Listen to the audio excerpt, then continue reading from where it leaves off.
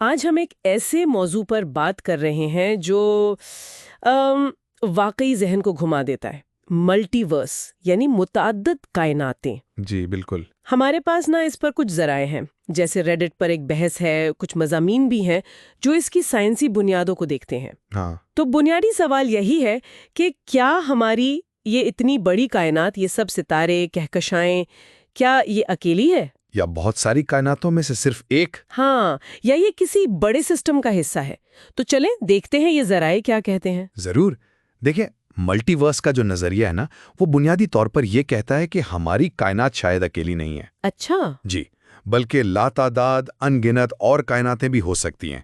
اور دلچسپ بات یہ کہ ان کے قوانین، ان کی تاریخ، وہ سب ہم سے مختلف ہو سکتے ہیں۔ اوہ، یہ تو بالکل سائنس فکشن جیسا لگتا ہے۔ لگتا تو ہے، لیکن اس کی جڑیں وہ اصل میں جدید فزکس اور کاسمولوجی کے کچھ آپ کہہ لیں بڑے نظریات میں ہیں۔ اچھا، تو یہ اتنا عجیب خیال یہ آیا کہاں سے؟ مطلب صرف اندازے ہیں سائنسدانوں کے؟ نہیں، پوری طرح سے نہیں۔ اصل میں دو بڑے آپ کہیں مہمے ہیں جو سائنسدانوں کو اس طرف سوچنے پر مجبور کرتے ہیں۔ ایک تو ہے کوانٹم فزکس، وہ جو عجیب و غریب دنیا ہے ذرات کی۔ ریڈٹ پر بھی اس کا ذکر تھا کہ ذرات ایک ہی وقت میں کئی جگہ کئی حالتوں میں ہوتے ہیں۔ ہاں، وہ تو سنا ہے۔ تو اس کی ایک تشریح ہے مینی ورلڈز انٹرپریٹیشن، یعنی ہر کوانٹم امکان ہر چوائس پر ایک الگ متوازی حقیقت بن جاتی ہے۔ ہر امکان پر ایک نئی کائنات، واو! جی، اور دوسرا بڑا محرک ہے ہماری کائنات کی فائن ٹیوننگ۔ فائن ٹیوننگ مطلب یہ کہ ہماری کائنات زندگی کے لیے حیران کن حد تک موزوں ہے۔ اتنی پرفیکٹ کیوں ہیں؟ ہاں، یہ سوال تو ہے۔ تو ایک جواب یہ ہو سکتا ہے کہ جی لاتعداد کائناتیں ہیں، ان گنت۔ اچھا۔ ہر ایک کے اپنے قانون، اپنی خصوصیات، اور ہم بس اتفاق سے ایک ایسی میں ہیں جہاں زندگی ممکن ہوئی۔ اوہ، تو یہ تکے والی بات ہو گئی۔ ایک طرح سے یہ خیال انفلیشن تھیوری اور ببل یونیورس سے جڑتا ہے کہ بگ بینگ کے بعد جو پھیلاؤ ہوا اس میں الگ الگ بلبلے بن گئے، ہر ایک اپنی کائنات۔ اچھا، اور وہ اسٹرنگ تھیوری والی بات بھی تھی، برینز، وہ کیا چیز ہے؟ ہاں، اسٹرنگ تھیوری ایک اور زاویہ پیش کرتی ہے۔ وہ کہتی ہے کہ شاید اضافی جہتیں ہیں، ہائر ڈائمینشنز، اور ہماری کائنات ایک برین کی طرح ہے۔ یوں سمجھیں جیسے کاغذ کی ایک شیٹ جو ایک بڑی خالی جگہ میں تیر رہی ہے۔ ٹھیک ہے۔ اور اس جگہ میں اور بھی ایسی شیٹس یعنی اور برین کائناتیں ہو سکتی ہیں، متوازی۔ سمجھ میں آیا۔ تو یہ الگ الگ نظریات ہیں جو مختلف مسائل کو حل کرنے کی کوشش کر رہے ہیں۔ اچھا، کیا یہ آئیڈیا بگ بینگ سے پہلے کیا تھا؟ اس سوال کا بھی کوئی جواب دیتا ہے؟ کچھ ماڈلز کوشش کرتے ہیں، جیسے راجر پینروز کا ایک نظریہ ہے، کنفارمل سائیکلک کاسمولوجی، CCC۔ اچھا، وہ کیا کہتا ہے؟ وہ یہ تجویز کرتے ہیں کہ شاید کائناتیں ایک چکر میں چلتی ہیں، ایک ختم ہوتی ہے پھیل کر تو اس کی باقیات سے اگلی جنم لیتی ہیں۔ اوہ، ایک لامتناہی سلسلہ۔ جی، اور پینروز کا دعویٰ ہے کہ شاید پچھلی کائنات کے کچھ نشان وہ ہماری کائنات کے کائناتی مائکروویو پس منظر یعنی CMB میں مل سکتے ہیں۔ CMB میں نشان؟ یہ تو ثبوت کے قریب لگتا ہے۔ کیا ایسا کچھ ملا ہے؟ کیونکہ سچ پوچھے تو یہ ساری باتیں قابل آزمائش سائنس سے بہت دور لگتی ہیں۔ آپ نے بالکل صحیح نقطہ اٹھایا ہے۔ یہی تو سب سے بڑا چیلنج ہے۔ اصل مسئلہ یہی ہے۔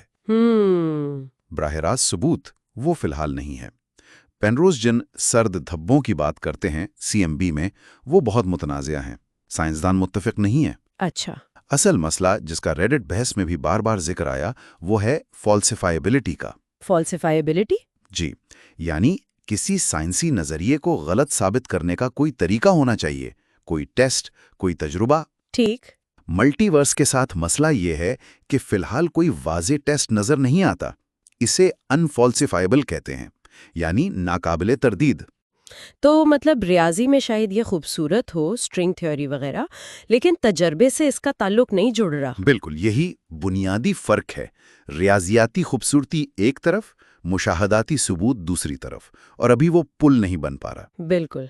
وہ ریڈٹ تھریڈ پر تو لوگ کافی شکوک کا اظہار کر رہے تھے، سوال اٹھ رہے تھے کہ بھائی یہ سائنس بھی ہے یا صرف فلسفہ ہے جس نے فزکس کا چولا پہن لیا ہے۔ ہاں، یہ بحث تو چل رہی ہے۔ کسی نے تو اسے سائنس فکشن کا ایک سست پلاٹ ڈیوائس بھی کہا کہ بس جہاں سمجھ نہ آئے کہہ دو دوسری کائنات میں ایسا ہو گیا۔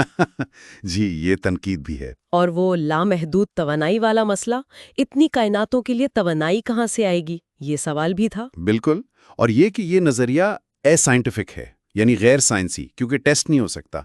یہ سارے بہت ویلڈ پوائنٹس ہیں۔ صحیح، یہ اعتراضات اپنی جگہ بہت اہم ہے، سائنسی بھی اور اگر آپ دیکھیں تو فلسفیانہ بھی۔ فلسفیانہ کیسے؟ دیکھیں، اگر ہم ایک لمحے کے لیے مان لیں کہ ملٹی ورس سچ ہے تو اس کے جو فلسفیانہ اثرات ہیں وہ بہت گہرے ہیں۔